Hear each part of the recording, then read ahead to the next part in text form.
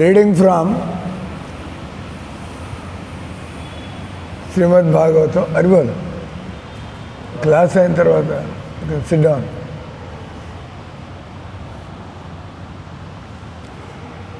Reading from Srimad Bhagavatam, Canto 11,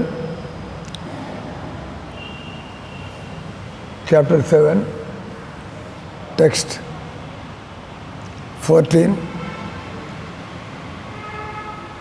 18 to 14. What is that? 12 to 14. 12 to 14.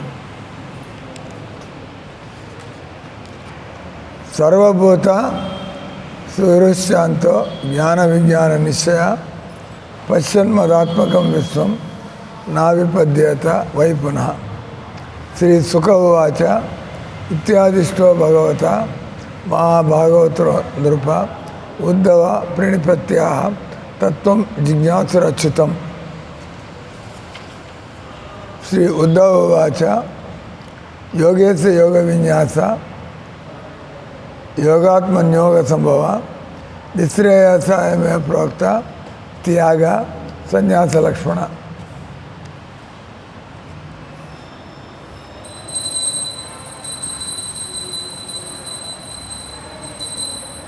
ఇక్కడ ఈ 3 శ్లోకాలు 12 వచ్చి దేవుడు అన్నాడు ద్వారకాధీష్. ద్వారకలో ఉండే కృష్ణుడిని ఏమంటారు? ద్వారకాధీష్. మధురలో ఉండే కృష్ణుడిని మథురేష్. బృందావనంలో ఉండే కృష్ణుడిని బృందావన్ నాథ్.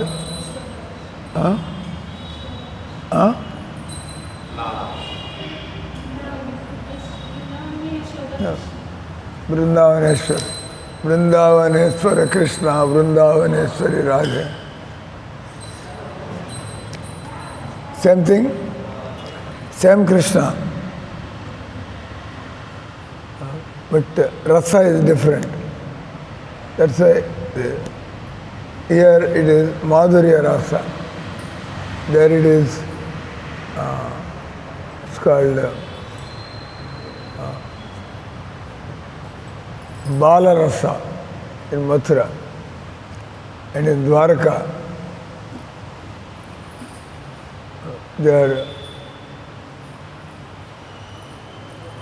పెళ్లి చేసుకున్న రసం ఒకటి, పెళ్లి చేసుకోకుండా.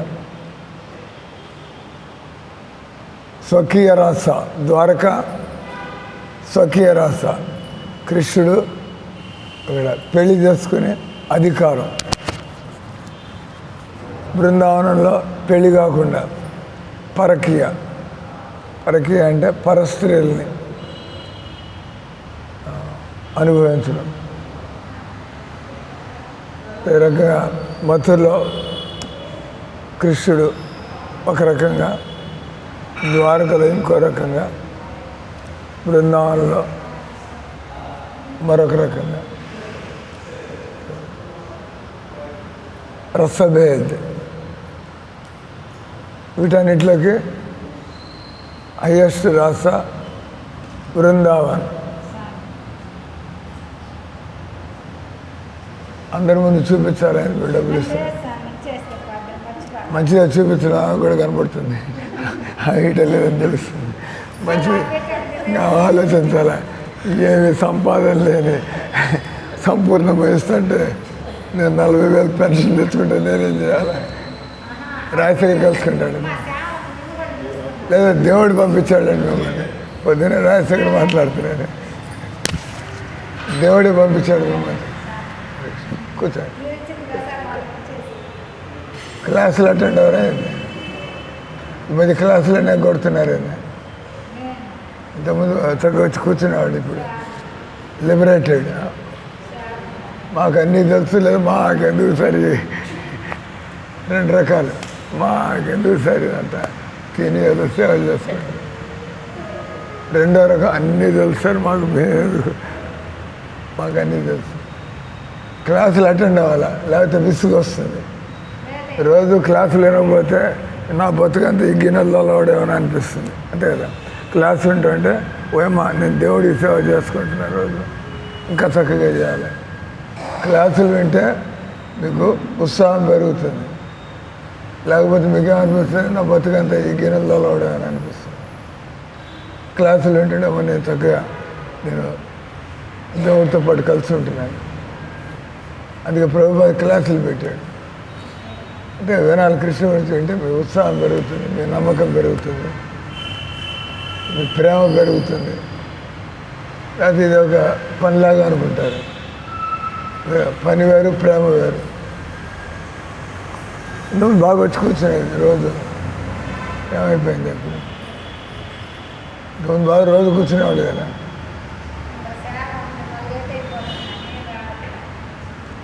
That is not a fact.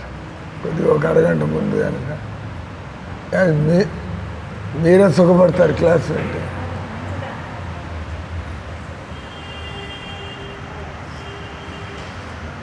So రస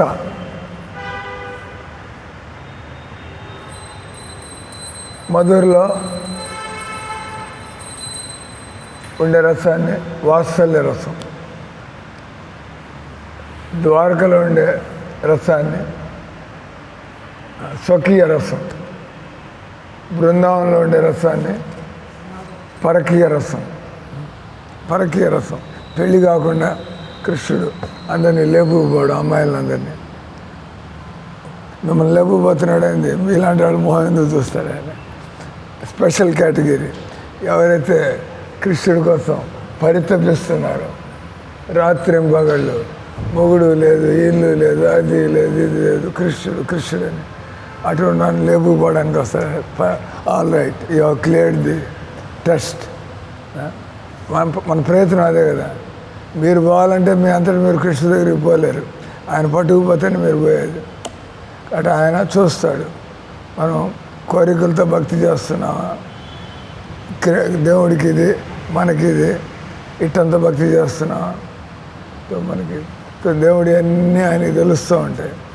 ఎవరైతే మనసు అంతా ఆయనకి ఇస్తారో అన్నాడు కదా భగవద్గీతలో, మయ్యాసక్త మనపార్థ. నీ మనసు నా మీద ఉండాలంటే నువ్వేం చేయాలి? మామూలుగా మన మనసు ఉండదు. ఎంతవరకు ఈ శరీరం కోసం పాకులాడుతూ ఉంటాం. నాకు రోగం వస్తే హాస్పిటల్లో డబ్బులు ఖర్చు పెట్టడానికి ఏం చేయాలి? అట్లా అనుకోవడమే తప్పు కదా. అంటే రోగాలు ఇంకో ఈ డాక్టర్లంతా బతికే దాని మీదే. నాకు రోగాలు వస్తే ఆలోచన తప్పది కదా. మనం ఏమనుకోలేదు, దేవుడి దగ్గర ఉంటే పోతూ ఉంటాం. ముందరి నుంచే నాకు రోగాలు వస్తే నాకు రోగం రాక తప్పదు. అప్పుడు ఇక్కడ కట్టిందంట డాక్టర్ దగ్గర కట్టాలి పోయి, తప్పదు అంతే కదా. మీరు ఇక్కడ కృష్ణుడు కట్టకపోతే డాక్టర్లు కూర్చున్నారు, వెళ్ళే లోపల అంతా వెనక్కి లాక్కుని వదిలిపెడతారు, నువ్వు పోయింది అని చెప్పి. ఆ తర్వాత మనం యమరాజు దగ్గరికి కాబట్టి ఇక్కడ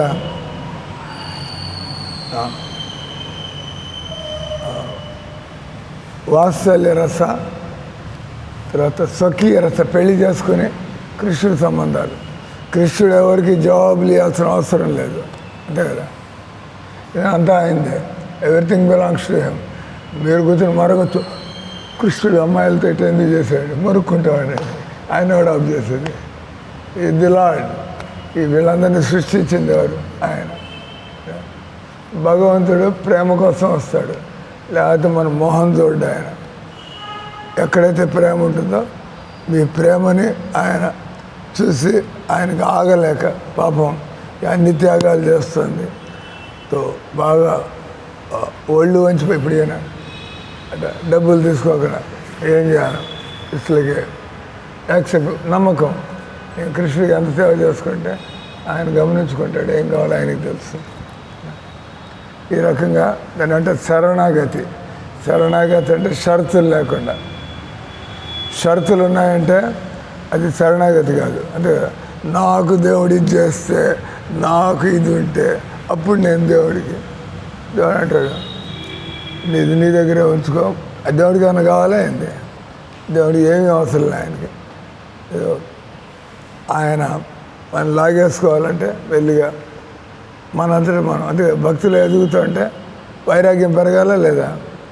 భక్తులు ఎదుగుతుంటే వైరాగ్యం పెరుగుతుంది, భక్తులు ఎదుగుతుంటే జ్ఞానం అంటే కన్ఫ్యూజన్ ఉండదు, క్లియర్. ఏంది అసలు కన్ఫ్యూజన్ ఉంది? ఆ తిండి కుక్కలకి దొరుకుతుంది, అడుగు తినేవాడికి దొరుకుతుంది. ఇక్కడ మమ్మల్ని కూర్చోబెట్టి మీరు తిండి లేకుండా చూస్తారే అని. మాకు తిండి ఎక్కువ సమస్య. మీ ఇంటికి పిలిచి వాళ్ళ ఇంటికి పిలిచి వాళ్ళ ఇంటికి మాకు సమస్య. ఎంత ఎక్కడ పడితే అక్కడ తిండి. నా రూమ్ పోతే రూమ్ నిండా నిండిపోయినా లేదా? ఎవరింటికి పోయినా తినండి సార్, మేము తినాం. ఇదేమైనా బాగా అయింది, బాగా పట్టాయింది. ఇది ఎక్కడికి పోతే అక్కడ నేర్చుకుంటూ పోవడానికి. Who cares? మనకి భక్తులకి తిండి ఎక్కువైపోతుంది, అవునా కదా? తిండి ఎక్కువైపోతే వాళ్ళు ఏం తగ్గించుకోవాలా? ఇంకా ఆలోచించేది ఏంటి? తిండి సమస్య సాల్వ్డ్, ఉండడం సమస్య సాల్వ్డ్. దేనికోసం ఈ తాపత్రయాలని? ఎందుకంటే మనకి జ్ఞానం లేదు కాబట్టి, మన మనస్సు ఆరోగ్యంగా లేదు కాబట్టి. నేను రాజశేఖర్ చెప్పాను, నేను చచ్చేప్పుడు ఏం చేయమని చెప్పానే? హాస్పిటల్ జోలికి పోమాక చెప్పాను. కాగితంలో కూడా రాశాను, నాకు వీలునామాలో రాశాను. నేను హాస్పిటల్లో చచ్చే ప్రశ్నే లేదు. చావాల్సి వస్తే రాజశేఖర్ 10 మందిని చుట్టూ వేసారి భజన చేయండి, మహారాజు కోరిక తీర్చాలి. ఇది అడిగిపోతే చేసేది ఏం లేదు. ముందు మొత్తం లాగేసుకుంటాడు మీ డబ్బులు. మీ ఆయన పోయేప్పుడు ఎంత ఖర్చు పెట్టారు చెప్పండి? అదే అర్థమైందిగా. ఇంకేమన్నా ఉంటే ఉంచుకుంటాడు, అయిపోయిన తర్వాత రెఫర్ టు నెక్స్ట్ హాస్పిటల్. ఈ పిచ్చి పనులు అన్నావు ప్రశాంతంగా ఆరోగ్యంగా అంటే అంతగా ఒక పద్ధతిలో తింటో ఒక పద్ధతిలో ఉంటో సాధన చేసుకుని ఏం కావాలో ఆయన చూసుకుంటాడు. మనం ఏర్పాటు చేసుకున్నప్పుడు అట్ట చావు రాదు కదా, మనం అనుకున్నట్టు అవుతున్నాయండి. అటప్పుడు దాని అంటారు దేవుడిని నమ్ముకొని బతకాలి, ఏమో ఆయన చూసుకుంటాడు. మరి ఎక్కువ ప్లాన్ లేకూడదు కదా. ఇక్కడ రకరకాల రసాలు, స్వకీయ రసం, పెళ్లి చేసుకునే రసం, తర్వాత పరకీయ రసం. దేవుడు ఎవరికి జవాబు ఇచ్చుకోవాల్సిన అవసరం ఆయనకి లేదు. కృష్ణుడు అడ్డు లేకుండా మీరు ఏమన్నా అండి, కృష్ణుడు ఆడదాన్ని చంపాడు, పూతను చంపాడు. కృష్ణుడు పాండవులకు పక్షపాతం చేసి ఆయన కర్ణుడు రథం ఇరుక్కుపోతుంటే అప్పుడు చంపమన్నాడు. అన్యాయంగా దేవుడు అంటే చెప్పడం అయింది, న్యాయంగా ఎదురు పోరాడాలా? దేవుడికి తెలియదండి అని. మనం మన అతి తెలివితేటలతో, మన మిడిమిడి జ్ఞానంతో మనం దేవుడి యొక్క కార్యక్రమం ఎప్పుడైనా మన కృష్ణుడు అర్థం కాకపోతే నేను యదవన్ సార్, నాకు అర్థం కావట్లేదు ఎందుకు కృష్ణుడు చేశాడు, ఎవరైనా గురువుల దగ్గర ఇవ్వండి, పెద్ద పెద్ద వైష్ణవుల దగ్గర ఇవ్వండి, నాకు అర్థం కావట్లేదు ఈ విషయం. కానీ కృష్ణుడు తప్పు చేసే ప్రశ్నే లేదు. మనం పొరపాటును కూడా కృష్ణుడు తప్పు చేశాడు, కాంట్రడిక్షన్, దేవుడు ఎందుకు తప్పు చేయడం అయింది అంటే అది మన తలకాయలో మనకి పొగరు ఎక్కువైంది. అప్పుడే దేవుడిని మనం క్వశ్చన్ చేస్తూ ఉంటాం, ఆయన ఎందుకు చేసేట. దేవుడు ఏది చేసినా కూడా అందరి కోసం, లోక కళ్యాణం, ఆయన వేరే పనేం లేదు దేవుడికి. ఆయన గోపికలతో ఎంజాయ్ చేయాలని వచ్చే పిల్లలు పుట్టారే అని ఎప్పుడైనా విన్నారా? ఇంతమంది గోపికలతో తిరిగాడు, వాళ్ళందరూ అబార్షన్ చేసుకోవడానికి పోయారు, వాళ్ళందరికీ పిల్లలు పుట్టారు. ప్రేమ, దాని అంటారు శుద్ధ ప్రేమ. వాళ్ళంతా పాపం అన్ని కోరికలు వదిలిపెట్టి దేవుడి కోసం పడి చూస్తుంటే దేవుడు వాళ్ళు చక్కగా వాళ్ళని తృప్తిపరిచాడు. భగవంతుడు తాకితే చాలు, భగవంతుడు తాకితే చాలు, బస్ మీ శరీరంలో ఉండే కోరికలన్నీ పోతాయి. అది భగవన్నామం కరెక్ట్గా తలకెక్కిందంటే చాలు, మళ్ళీ మీకు సంసార కోరికలు అనేవి రావు.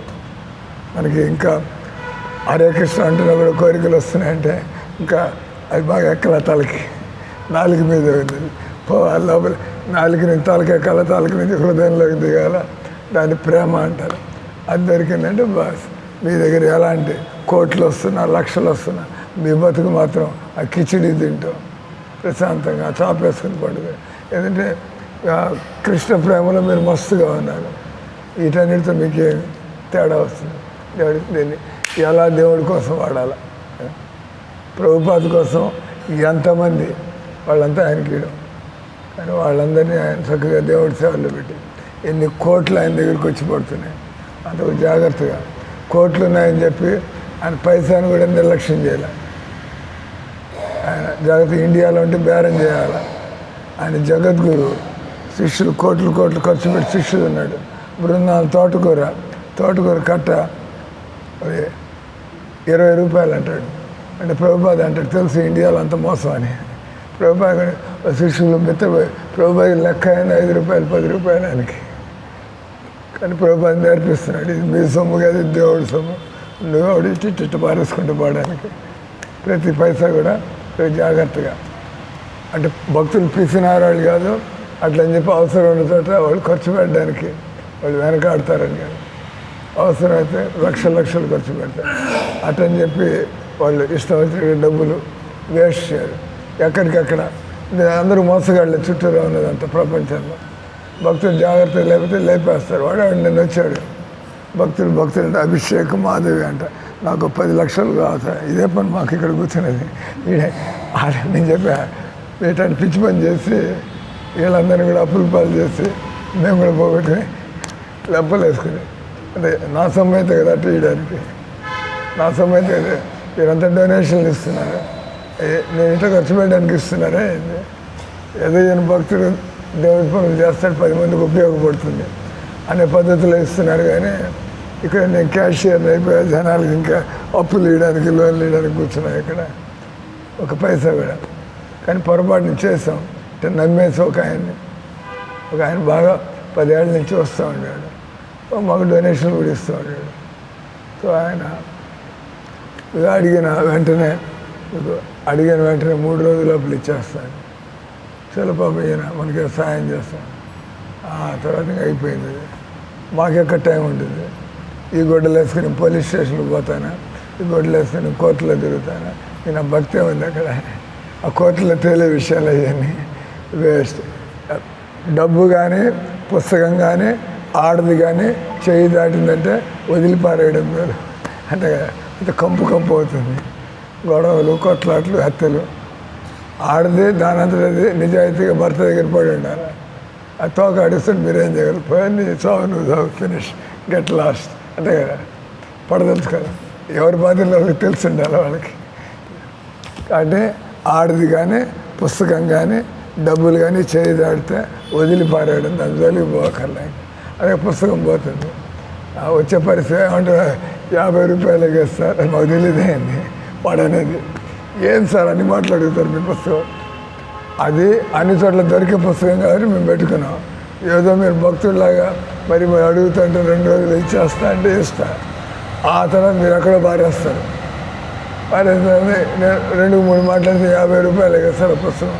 కానీ దొరకాలి కదా అది మార్కెట్లో. పాత పుస్తకాలు, రేర్ పుస్తకాలు ఎక్కడ దొరుకుతాయి? నా కోసం మళ్ళీ 4 లక్షలు పెట్టి పునర్ముద్రణ చేస్తాడే డిమాండ్ ఉండాలి కదా. అంటే పుస్తకాలు ఇచ్చినప్పుడు రాకపోతే మనమే నోరు మూసుకొని ఉండాలి. అంటే ఇయ్యద్దు అన్నాడు చాణక్య పండితుడు. అలాగే ఆడవాళ్ళు వాళ్ళ జాగ్రత్త వాళ్ళు ఎప్పుడు భర్తతో పాటు ఉండడం.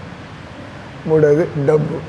ఇచ్చామంటే దైవాధీనం వెనక్కి వస్తే మంచిది, రాకపోతే అట్లా డిసైడ్ చేసుకుని ఇవ్వండి. ఎవరికైనా డబ్బులు ఇచ్చేప్పుడు వాడు మంచితనం కదా, వెనక్కి వస్తే మంచిది, లేకపోతే నోరు మూసుకొని. అది 10 మంది అవుతాయి కానీ బుద్ధి లేదు. ఈ రోజుల్లో డబ్బులు ఇస్తే వెనక్కి రావని తెలియదు, జనాలు అడుగుతారు. అప్పుడు మీరే ఇంత వయసు ఉండి తలకాయ దించుకోవాలి. అంటే ఇక్కడ కృష్ణుని మనం ఎప్పుడు పొరపాటును కానీ కళ్ళలో కానీ కృష్ణుని తప్పు పట్టే ప్రశ్నే లేదు.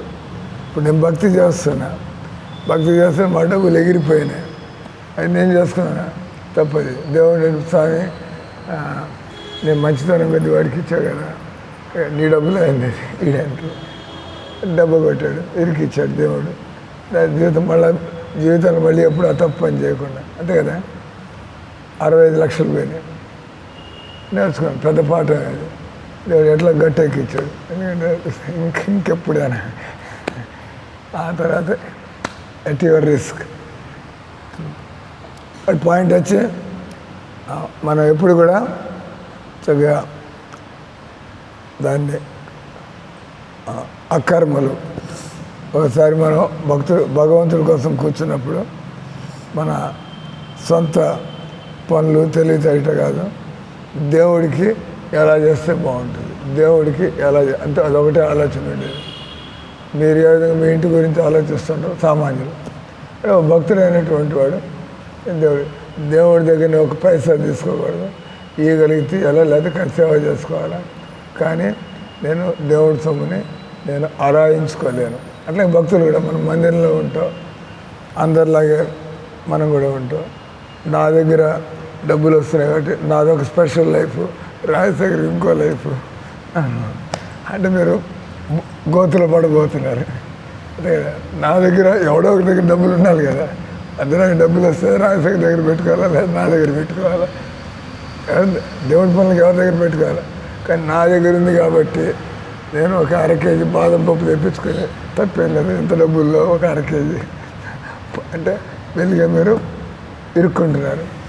అందరితో పాటు మందిరంలో అందరికీ వండుతారు, అది తింటూ ఉండడం, తగ్గపోతూ ఉండడం, ఈ పిచ్చి పనులన్నీ చేయక్కర్లేదు.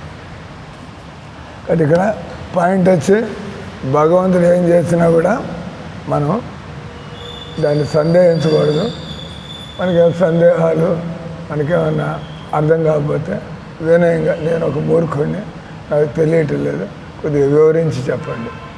అందుకే ఈ పుస్తకాలు ఇంత లావుని ఎందుకు రాశాడు ఆయన, దీన్ని వివరించి చెప్పడం అంటారు.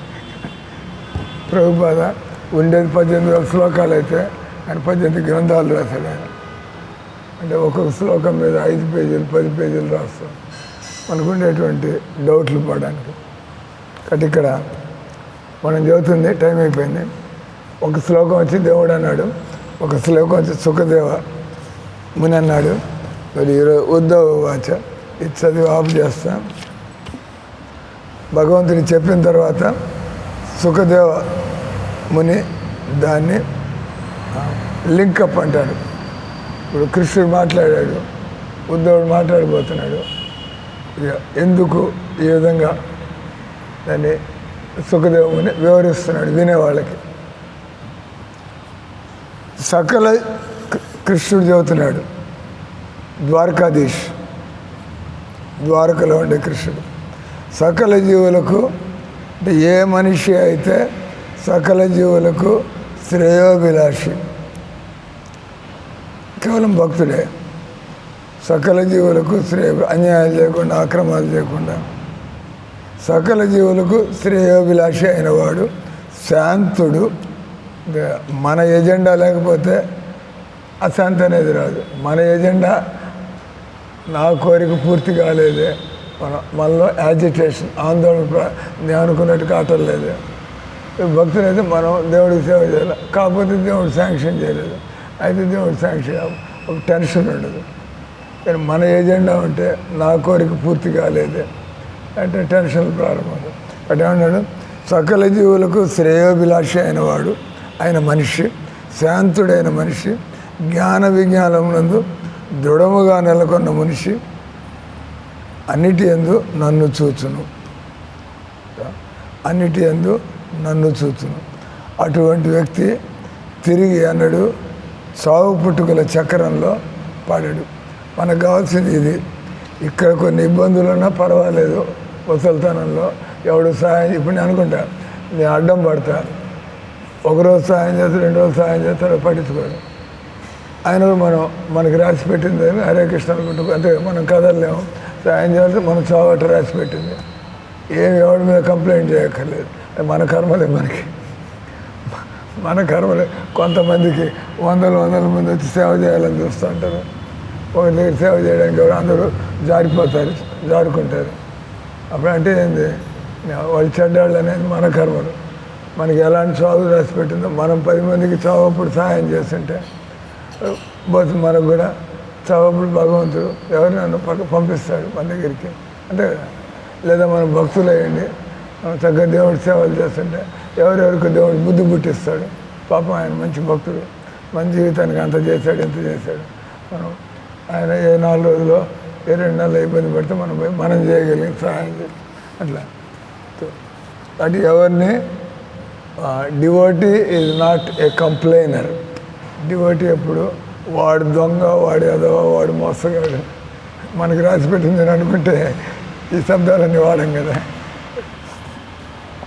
కాబట్టి అటువంటి వ్యక్తి ఎప్పుడు తిరిగి అన్నాడు సాగు పుట్టుకల చక్రంలో పట్టు. కాబట్టి జీవితం ఉద్దేశం ఎలా మనస్సుని గొప్ప భక్తుడు అంటే అతనికి ఎంత భగవన్నామం మీద నమ్మకం ఉంది, ఎంత భగవంతుడి మీద నమ్మకం ఉంది. మన నమ్మకం డబ్బు మీద ఉందా, మన నమ్మకం మన పిల్లల మీద ఉందా, మన నమ్మకం మందిరం వాళ్ళు. నేను చెబుతూ ఉంటా, మిమ్మల్ని నమ్ముకుని వచ్చాను సార్, ఇంటికి పోవడం మీద నేను మిమ్మల్ని అక్కడ ఉద్ధరిస్తాను. మందిరంలో ఎవరిని ఉండాలి, దేవుడిని నమ్ముకుంటే మీకు ఒక ఊరట. మనుషులు నమ్ముకుని కొద్దిగా డౌట్ వస్తూ ఉంటుంది. నేను దేవుడిని నమ్ముకుని దిగాను. ఆ తర్వాత మందిరంలో భక్తులు అయితే వాళ్ళు భక్తులు కాబట్టి వాళ్ళు పక్షపాతాలు అన్యాయాలు లేకుండా చూసుకుంటూ ఉంటారు భక్తులు అయితే. కాకపోతే దేవుడు ఉండే ఉన్నాడు, నన్ను తరివేస్తాడు, ఈయన పెట్టుకుంటాడు. వీడు భక్తుల్లాగా నాటకాలు చేస్తున్నాడు అంటే వీడికంటే. అయితే మనం ఎప్పుడు దిగినా కూడా నేను కృష్ణుడిని నమ్ముకొని हमारा भरोसा आ गया है, भगवान की भरोसा आ गया है। लक्ष्मी बोलो, भगवान की भरोसा है, भगवान के नाम की भरोसा है। ठीक है, महाराज जी भक्त उनको लग रहा है, इसलिए उनमें आस्था करके उनके पीछे जा रहे हैं। मेरा स्वभाव बदल सकता है, लेकिन आपको भरोसा किस पर होना चाहिए? भगवान पर भरोसा, भगवान के नाम पर भरोसा। अरे मन मेन अच्छा है। अब నెల్లూరు ఇస్కాన్లో చేరాలా, మనం ఇంకెక్కడ ఇస్కాన్లో చేరాలా, అది బిడ్డ ఈయన భక్తుల్లాగా ఉన్నాడు కొద్దిగా. అంటే ఇక్కడి నుంచి మన ప్రయాణం ప్రారంభిద్దాం. Like that. సుఖదేవ్ గోస్వామి పలికెను, రాజా, దేవదేవుడు కృష్ణుడు ఈ విధంగా మహాభాగవతుడు ఉద్ధవునికి బోధగా, ఎప్పుడు భగవంతుడు మాట్లాడినా నువ్వు శరీరం మీద మోహాన్ని వదిలిపెట్టు. మీరు ఎన్ని గ్రంథాలు చదవండి, భాగవతాలు చదవండి, రామాయణాలు చదవండి, ఉపనిషత్తు ఒకటే విషయం, నీ శరీరం మీద నీ మోహాన్ని వదిలిపెట్టు. Live your attachment. ఎంత అటాచ్మెంట్ వదిలిపెట్టాడో ఇదంతా, ఎంత అటాచ్మెంట్ దేవుడి మీద కలుగుతుందో అంత శరీరం మీద అటాచ్మెంట్ మనం తగ్గించుకుంటూ ఉంటాం. ఎందుకంటే ఏం చేయలేము మనం. ఎవరికెప్పుడు గుండె ఆగాలో, నేను 80 ఏళ్ళకి గుండె బాగానే పనిచేస్తుంది, ఇక 2 రోజుల్లో వస్తుంది, ఏం చేస్తాం? ఏదో శరీరం ఎట్లా పనిచేస్తుంది అంటే శరీరాన్ని ఎక్కువ నమ్ముకోకూడదు. భగవంతుని నమ్ముకోవడం జాగ్రత్త పడాలి. శరీరాన్ని నమ్ముకోవద్దంటే లాగించే మహారాజు 4 ఇస్తున్నాడు సీట్లు, పోతే పోయింది తినేద్దాం, సెన్స్ గ్రాటిఫికేషన్. అంటే మీ తెలివితేటలు పనిచేస్తే జాగ్రత్తగా బతకాలి. ఆ తర్వాత కృష్ణుడి మీద వదిలేడు. నేను చూసుకోవాలి, ఏం తింటే నాకు మంచిది అని చూసుకోవాలి. ఆ తర్వాత కూడా రోగం వస్తే ఇది మనకి రాసి పెట్టింది, పోతా ఉంటుంది దాన్ని పట్టుకుని. ఉద్ధవుడికి బోధ గావించను. దేవదేవుడి నుండి జ్ఞానాన్ని పొందుట్లో పరమోత్సాహం కలిగిన ఉద్ధవుడు అతనికి నమస్కరించి ఇట్లు పలికెను. ఇక్కడ సుఖదేవ స్వామి బ్రిడ్జ్ గ్యాప్ చేస్తున్నాడు. కృష్ణుడు అన్నాడు, ఆయన చెబుతున్నాడు. అంతా విన్న తర్వాత భగవంతుడు చెప్పింది. ఉద్ధవుడు కూడా గొప్ప భక్తుడు. అంటే ఆయన మాట్లాడబోతున్నాడంటే ఆయన చక్కటి విషయాలే ఆయన గొప్ప భక్తుడు. ఆల్రెడీ భగవంతుడు చెప్పాడు. అని సుఖదేవ్ చెప్తాడు. ఉద్ధవుడు తత్వాన్ని ఎరుగగోరినవాడు. అది మనం డాక్టర్ స్వామి దగ్గరికి వచ్చి మాకు అప్పియండి, మాకు మంచి డాక్టర్ ఎవరిని ఉంటే చెప్పండి, ఇవన్నీ స్వామిని అడిగే ప్రశ్నలు కాదు. ఇవి వచ్చినప్పుడు మనం ఎట్లా నా మోహం పోవాలా, ఎట్లా నా ఆసక్తి ఎట్లా పోవాలా, ఎట్లా దేవుని మీద నాకు ప్రేమ పెరగాలి, ఆ విషయాలు చెప్పండి. అంతేగాని మీ చిన్నది ఇంటి గొడవలు అన్ని రచనలు తీసుకొచ్చి అప్పుడు మేము చెబుతాం ఇంట్లో గొడవలు అయితే మంచిదేనా, లేకపోతే వైరాగ్యం ఎట్లా కలుగుతుంది. కరెక్టే, సాయి చెప్పి కరెక్టే. అంటే దాన్ని స్ప్రింగ్ బోర్డుగా తీసుకుని ఎట్లా దేవుడి మీద అటాచ్మెంట్, అదే మీకు చెప్పింది, పెట్టుకుని ముందుకు ఎట్లా వెళ్ళిపోవాలి, భక్తులు ముందుకు ఎట్లా వెళ్ళిపోవాలి అంటే take advantage of good and bad and develop your attachment to Krishna. ఉద్ధవుడు కృష్ణ భగవానుని విశుద్ధ భక్తుడని, కృష్ణ భక్తే జీవితం యొక్క పూర్ణతని మనకి వెనకటి శ్లోకాల్లో స్పష్టమైంది. కృష్ణుడు భూమిని వదిలి వెళ్ళిపోతున్నందున ఆ దేవదేవుని పాదముల యందు భక్తిలో పురోగతి కలిగే విధంగా అతడు అవగాహన పొందుటకు పరమోత్సాహంతో ఉండను. దేవుడు వెళ్ళిపోతున్నాడు, ఇంకేమైనా నాకు డౌట్లు ఉన్నాయా, గురువు గారు వెళ్ళిపోతున్నాడు, ఇంకేమైనా నాకు డౌట్లు ఉన్నాయా, ఆ తర్వాత ఎవరు చెబుతారు మనకి? ఆ రకంగా పురోగతి కలిగే విధంగా జ్ఞానమైన అవగాహన కొరకు ఉద్ధవుడు పరమోత్సవంగా ఉండేదని తత్వం జిజ్ఞాసు అనే పద సముదాయం సూచించుతున్నది. సాధారణ తత్వవేత్త పండితుడికి భిన్నంగా శుద్ధ భక్తుడు ఆయన జ్ఞానోపార్జన కొరకు ఉత్సాహమును చూపును. శ్రీ ఉద్ధవాచ, ఉద్ధవుడు పలికిన, దేవా, యోగ సాధన ఫలాల్ని ఇచ్చేవాడివి నీవే, పరమ కృపాళుడవు నీవు. నీ ప్రభావంచే భక్తునికి యోగ సిద్ధులు కలుగజేయదు. ఈ విధంగా యోగం ద్వారా అనుభూతమయ్యేది పరమాత్ముడు నీవే. అంటే యోగా చేస్తుంటే బయట నుంచి మనకి సిద్ధులు సులభంగా మనకి పనులు అవడం, డబ్బులు రావడం, లేదా మనకి కొన్ని సిద్ధులు కలగడం, దాన్ని దాటిన తర్వాత పరమాత్మ అనుభవం ఉద్ధవుడు చెబుతున్నాడు. బయట నుంచి కలిగే అంటే భక్తులు బయట అన్నీ అవసరం అనుకోరు, పరమాత్ముడు సంబంధం అంతకంటే హయ్యర్ స్టేజ్. పరమాత్ముడు నీవే అనుభూతమయ్యే యోగం ద్వారా లోపల ఉండే దేవుడు నీవే సమస్త యోగ బలానికి మూలం. అంటే మనం బాగా స్ట్రాంగ్గా ఉండాలంటే భక్తులు మనం నా పరమ లాభం కొరకే నీవు సన్యాస పద్ధతి ద్వారా భౌతిక జగత్తును త్యజించే విధానాన్ని నాకు వివరించే. కాబట్టి ఇప్పుడు దాకా కృష్ణుడు ఉద్ధవుడికి చెప్పింది, నా పరమ లాభం కొరకే నీవు సన్యాస పద్ధతి ద్వారా భౌతిక జగత్తును వదిలే పద్ధతిని నాకు వివరించింది. ప్రభుపాదుల వారి తాత్పర్యం, దేవదేవుడు సమస్త యోగ సాధనానికి ఫలమునిచ్చును. అందుకని ఆయన యోగేశ వచ్చింది. యోగేశ సమస్త భౌతిక ఆధ్యాత్మిక జగత్తులు కృష్ణుని దివ్యదేహం నుంచే ఉద్భవించును. కనుక కృష్ణుడు అతని శక్తులు మినహా యోగ విధానంచే పొందదగింది మరేదీ లేదు. భగవంతుడు శాశ్వతముగా తన శక్తులకు ప్రభువై ఉండెను.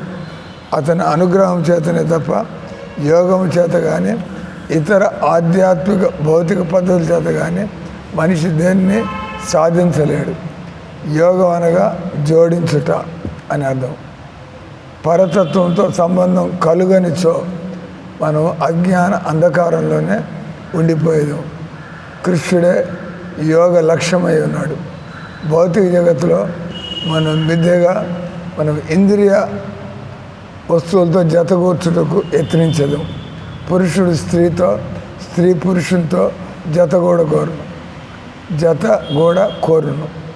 మనిషి జాతీయవాదం, సాంఘికవాదం, పెట్టుబడిదారివాదం, ఈ విధంగా మాయ యొక్క ఇతర తయారీలతో సంబంధాన్ని, అంటే నాకు కలెక్టర్ గారితో సంబంధం ఉండాలా, నాకు మంత్రి గారితో సంబంధం ఉండాలా, మీరు చూడాల్సిందే నా తలరాతలు లేకపోతే వాళ్ళు మనల్ని వాడుకుంటారు, తోసేస్తారు. వాళ్ళ అతని పనికి మళ్ళీ వాళ్ళ కాళ్ళ మీద పడ్డాను. దీనికి ఆ ఆడవాడు ఏదో జగన్నాథ్ ముందు కూర్చుని నేను నా ప్రార్థన చేసుకుంటా. అప్పుడు మనం వెళ్తే కలెక్టర్ గారు అనుకూలంగా తయారవచ్చు. అంటే ఆ దేవుడు శాంక్షనే కదా అది ఇక్కడ చెప్పేది. మనం తాత్కాలిక విషయాలతో సంబంధాన్ని ఏర్పరచుకుంటున్నాం. ఆ సంబంధాలు నశ్వరము, ఫలితాలు కూడా నశ్వరము. ఇక మృత్యు సమయంలో ఆ సంబంధాన్ని అకస్మాత్తుగా తుంచివేయబడినప్పుడు మనం మోహానికి గురవుదాం. కనుక కృష్ణునితో సంబంధాన్ని నెలకొల్పుకున్నచో మరణానంతరం కూడా ఆయనతో మన సంబంధం కొనసాగును. భగవద్గీత ఎందు చెప్పినట్లుగా ప్రస్తుత జన్మలో సంపాదించిన భక్తి మనకి వచ్చే జన్మలో మనకి తోడగును. ఆ రకంగా కృష్ణుని చేరుకునేదాకా ఈ భక్తి ముందుకే వెళ్తూ ఉంటుంది. చైతన్య మహాప్రభు నిర్దేశించిన దివ్య జీవిత విధానాన్ని అనుసరించో ఆ దేవదేవుని శ్రద్ధతో సేవ చేయవాడు ఈ జన్మలోనే భగవద్ధామాన్ని ప్రవేశించగలడు. జ్ఞానయోగం ద్వారా ఎవరు శాశ్వత స్థితిని సాధించలేరు. ఇక సాధారణ ఇంద్రియ భోగంచే మనం ఏం పొందగలం? హఠయోగము, కర్మయోగము, రాజయోగము, జ్ఞానయోగం ద్వారా మనిషి నిత్య సేవను జాగృతం చేసుకొనజాలడు. అవన్నీ డైరెక్ట్ కాదు, ఇండైరెక్ట్ పద్ధతులు. ఈ విధంగా అతడు ఆధ్యాత్మిక ఆనందము, దివ్యరస వంచితుడే అగును. ఒకప్పుడు బద్ధజీవుడు ఇంద్రియ భోగములతో విసుగు చెంది భౌతిక జగత్తును త్యజించవాలని, నిరాకార బ్రహ్మంలో లీనము కావాలని ఇవన్నీ స్టేజెస్.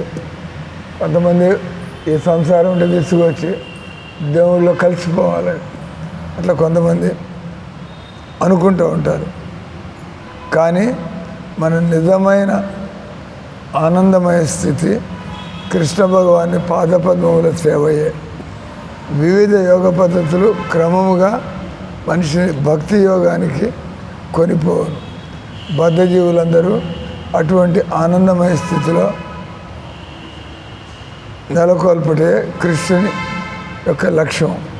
ప్రస్తుత యుగంలో పరమ యోగ విధానము కృష్ణనామ సంకీర్తన ద్వారా చైతన్య మహాప్రభు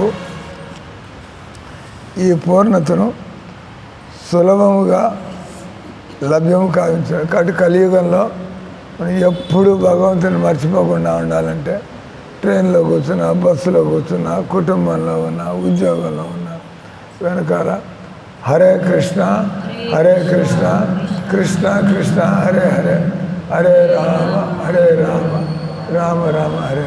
ఆయన వచ్చారా? రాజశేఖర్ మాధవీలత మాతాజీ, మాలతీలత అవి రాలేదా? పూలు పెట్టిన తర్వాత భాగవతం సార్. ఇద్దరు ఉన్నప్పుడు ఇవ్వడం మేళ, మీకు ఇచ్చేయడం మేళ? భాగవతం